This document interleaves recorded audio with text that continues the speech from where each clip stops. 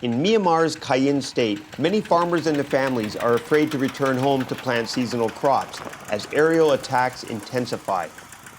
As junta forces face increased resistance by opposition troops on the ground, they have turned to brutal attacks from above, creating fear and panic for the villagers. Before I fled to this camp, I couldn't start to grow corn and rice because the Burmese soldiers fly jet planes and drop the bombs before we can go to work in the field. They can't get into the village, but they use planes to bomb my village. Reporting by the Free Burma Rangers, a relief organization, of junta attacks on civilian locations has shown what rights groups say amounts to attacks intentionally directed against civilians.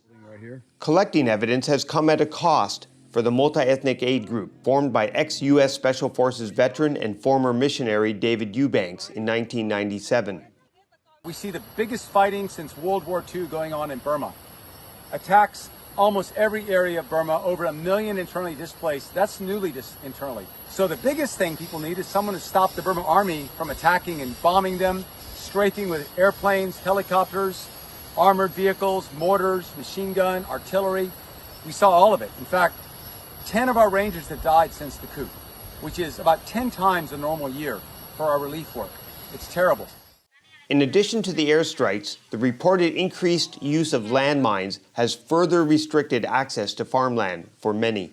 For workers like Naw Soe, whose land is now a war zone, the reduced income and food supply is devastating for her family. Some of the landmines that soldiers planted have exploded, while some didn't. Bullets shot from the jets landed on the farmland. Karen soldiers were able to remove some landmines that weren't planted too deep and took them out of the farm to destroy them.